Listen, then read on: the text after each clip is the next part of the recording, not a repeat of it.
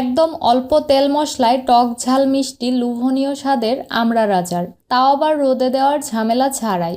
এইভাবে আচার বানালে গ্যারান্টি দিচ্ছি বয়ামের ঢাকনা খুললেই এক বসাতেই বয়াম খালি হয়ে যাবে।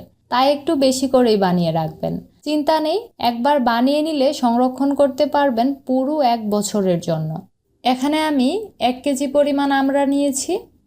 এগুলো আগে থেকেই খোসা ছাড়িয়ে পরিষ্কার করে ধুয়ে রেখেছিলাম। এবার কেটে নিতে হবে। ভিতরের বীজ বাদ দিয়ে এইভাবে ফালি করে নিব।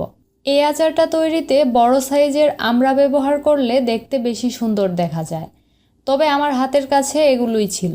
ভিতরের বীজগুলো বেশ শক্ত হয়ে গিয়েছে। আমি আপনাদের বোঝার সুবিধার্থে কেটে দেখিয়ে দিচ্ছি, তবে আমি বাকি আমড়াগুলো কিন্তু বটির সাহায্যেই কেটে নিয়েছিলাম। আপনাদের যেভাবে সুবিধা হয় সেভাবেই কেটে নেবেন। দেখতেই পাচ্ছেন ফালিগুলো খুব বেশি মোটা আবার খুব বেশি চিকন করিনি, মাঝারি পুরুত্বের রেখেছি। এইভাবে কেটে নিলে খুব সহজেই সিদ্ধ হবে এবং ভেঙেও যাবে না। তো এবার আচার তৈরির জন্য হাঁড়িতে দিয়ে দিচ্ছি 1 কাপ সরিষার তেল।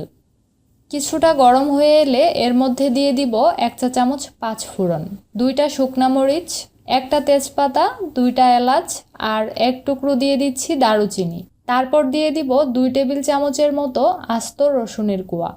আপনাদের রসুনের কোয়াগুলো যদি বড় সাইজের হয়ে থাকে ওই ক্ষেত্রে মাঝখানে একটু কেটে দিতে পারেন।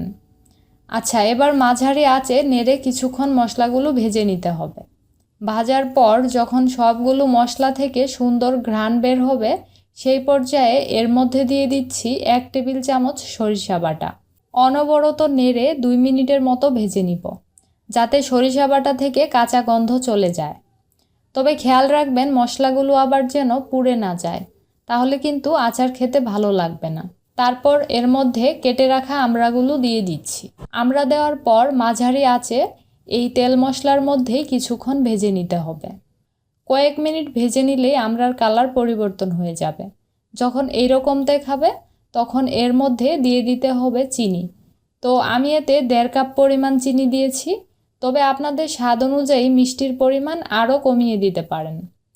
আচারের মধ্যে সুন্দর কালারের জন্য খুবই সামান্য অর্থাৎ 1/4 চা চামচ দিয়ে দিচ্ছি হলুদের গুঁড়া, 1/2 চা চামচ লবণ আর স্বাদ মতো মরিচের গুঁড়া। তো এবার চিনি গলে যাওয়া পর্যন্ত নেড়ে মিশিয়ে দিতে হবে। চুলার তাপ মাঝারি আঁচেই থাকবে। দেখতেই পাচ্ছেন চিনি পুরোপুরি গলে গেছে।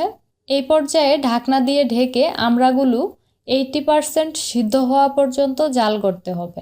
এই ফাঁকে কিন্তু অবশ্যই ঢাকনা খুলে মাঝে মধ্যে নেড়ে দিতে হবে, তা না হলে নিচে পুড়ে যাবে। তো আমি বেশ কয়েকবার ঢাকনা খুলে নেড়ে দিয়েছি।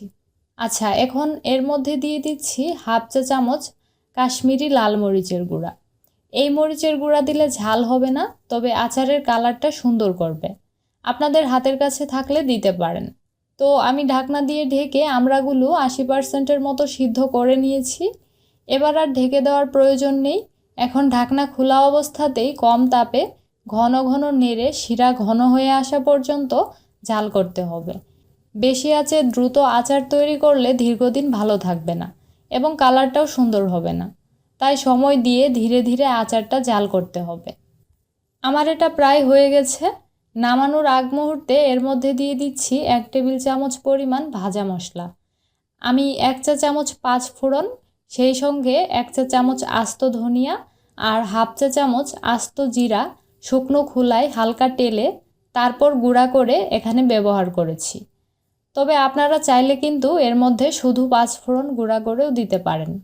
আচারটা দীর্ঘদিন ভালো রাখার জন্য 1 টেবিল চামচ দিয়ে দিচ্ছি হোয়াইট ভিনেগার বা সাদা সিরকা। এবার নেড়ে চেড়ে আরও মিনিট খানেক জাল করে নিলেই তৈরি হয়ে যাবে। দেখে নিশ্চয়ই বুঝতেই পারছেন আচারের মধ্যে থাকা চিনির শিরা বেশ ঘন হয়ে গেছে। চুলা থেকে নামানোর পর যখন আচারটা ঠান্ডা হবে তখন কিন্তু আরও ঘন হয়ে যাবে, তাই এই পর্যায়েই আমি নামিয়ে নিব। চুলা থেকে নামানোর পর পুরোপুরি ঠান্ডা করে তারপর যে কোনো পরিষ্কার ঢাকনাযুক্ত পাত্রে ভরে সংরক্ষণ করতে হবে। কাচের পাত্রে সংরক্ষণ করলে আচার দীর্ঘদিন পর্যন্ত ভালো থাকবে।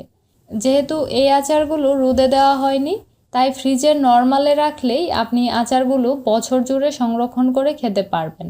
আর যদি ফ্রিজের বাইরে রাখেন তাহলে কিন্তু অবশ্যই মাঝে মধ্যে রোদে দিতে হবে। একদম কম তেল মশলায় তৈরি আচারটা দেখতে যতটা লোভনীয় হয়েছে, খেতে কিন্তু তার চেয়েও বেশি মজার ছিল। এই রেসিপিতে কাউকে আচার বানিয়ে খাওয়ালে আপনার প্রশংসা করতে বাধ্য হবে, আর চুলা থেকে নামানো মাত্রই একদম ফুরিয়ে যাবে। তাই বেশি করে বানিয়ে রাখবেন, তা না হলে কিন্তু পরে আফসোস থেকে যাবে। আজ তাহলে এখানেই বিদায় নিচ্ছি।